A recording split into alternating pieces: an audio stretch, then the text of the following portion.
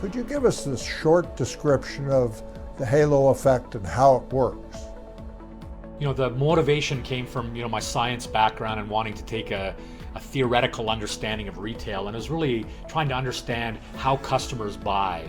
And so the thing that we realized working on this is that customers buy solutions, meal solutions and grocery, not items. And the solution is the halo effect. And so there's a positive halo effect because I bought ground beef to make hamburgers. I bought buns and condiments and salad and things like that. There's also a negative halo, because I bought one brand of product, I didn't buy another. That reflects the customer choice, and they choose one or another.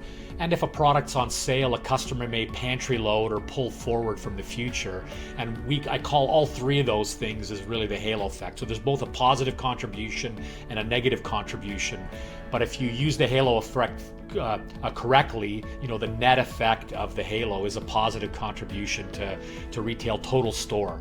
And this is really something that can be achieved only through automation, and we'll talk a little bit about the complexity and challenge of making the halo effect actionable.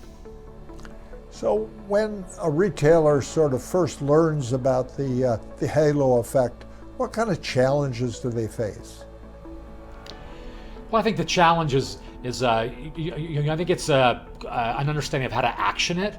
I think qualitatively, most of the retailers that I talk to about the halo effect, when I mention, halo or cannibalization, so when you buy one product, you don't buy another, or pantry loading, these are concepts that all of the retailers I talk to understand, and they can deal with a few adjacencies, as been the typical term, at a time.